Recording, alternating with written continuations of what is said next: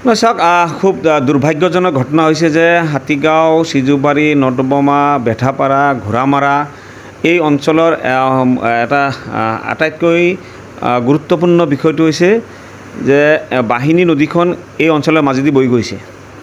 বশিষ্ঠ মন্দিৰৰ কাষৰ পৰা আহি এই বাহিনী নদী এই গোটেই অঞ্চলবিলাকৰ মাজেদি গৈ ব্ৰহ্মপুত্ৰ নদীত পৰিছে। এই বাহিনী নদীৰ পাৰত হঠাৎ গুৱাহাটী পৌৰ নিগমে গোটেই লেতেৰা জাবৰ জোঁথৰসমূহ ৰাখিবৰ কাৰণে এটা ডাম্পিং গ্ৰাউণ্ড তেওঁলোকে অস্থায়ীভাৱে বনাইছিলে আৰু এতিয়া আমি শুনামতে ইয়াতে পাৰ্মানেণ্টলি বনাবৰ কাৰণে তেখেতসকলে কুচকাৱাজ চলাই আছে। আমি ইয়াত তীব্ৰ বিৰোধিতা কৰিছোঁ এই কাৰণেই যে এই অঞ্চলত এই গোটেই অঞ্চলটো এটা আৱাসিক অঞ্চল। ইয়াতে লাখ লাখ মানুহ ইয়াতে বসবাস কৰি আছে।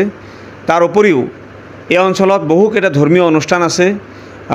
ইয়াতে খানকা মছজিদ আছে, ইয়াতে নামঘৰ আছে, মন্দিৰ আছে, দুটাকৈ কবৰস্থান আছে, ইয়াতে দুটাকৈ নাৰ্ছিং স্কুল আছে, ইয়াতে প্লে গ্ৰুপ স্কুল কেইবাখনো ইয়াতে আছে।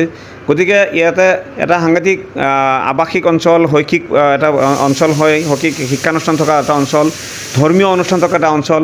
আৰু আটাইতকৈ ডাঙৰ কথাটো হৈছে যে বাহিনী নদীত ছট পূজা অনুষ্ঠিত হয়, আন পূজাসমূহ এই বাহিনী নদীত অনুষ্ঠিত হয়। গতিকে আমি বাহিনী নদীৰ পাৰত যেতিয়া ডাম্পিং গ্ৰাউণ্ড এটা গঢ়া হয় তেতিয়াহ'লে অট'মেটিকেলি বাহিনী নদীত এটা সাংঘাতিক প্ৰভাৱ পৰি আছে।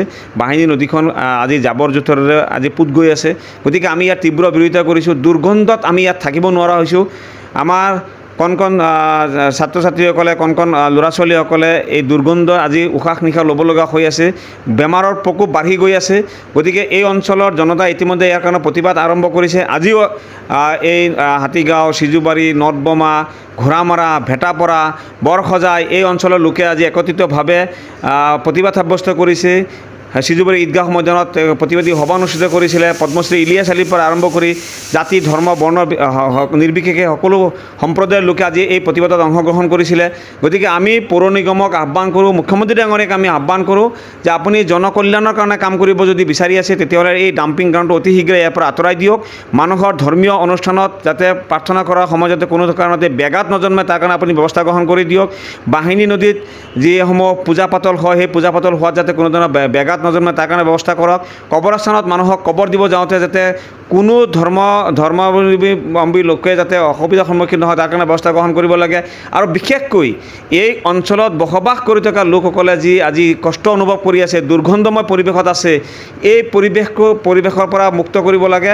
আৰু ইতিমধ্যে এই অঞ্চলৰ জনতাই যিটো দাবী উত্থাপিত কৰিছে যে ডাম্পিং গ্ৰাউণ্ডটো ইয়াৰ পৰা আঁতৰাই নি ডাম্পিং গ্ৰাউণ্ডৰ স্থানত এটা শিশু উদ্যান প্ৰতিষ্ঠা কৰিব লাগে বুলি যি দাবী উত্থাপিত কৰিছে, সেই দাবীক আপোনালোকে অতি শীঘ্ৰে কাৰ্যকৰী কৰি এই অঞ্চলৰ জনতাক যাতে সুস্থ এটা বাতাবৰণ দিয়ে, সুস্থ এটা পৰিৱেশ দিয়ে, যাতে এই অঞ্চলৰ লোকে যাতে পৰিষ্কাৰ তেখেতসকলে অক্সিজেন গ্ৰহণ কৰিব পাৰে তাৰ এটা ব্যৱস্থা গ্ৰহণ কৰিব বুলি আমি দাবী উত্থাপিত কৰিছোঁ। আৰু মুখ্যমন্ত্ৰী ডাঙৰীয়াই বা পৌৰ নিগমৰ মেয়ৰ বা পৌৰ নিগমৰ যি আয়ুক্ত আছে তেখেতে ব্যৱস্থা গ্ৰহণ কৰিব বুলি আমি আশা কৰিছোঁ।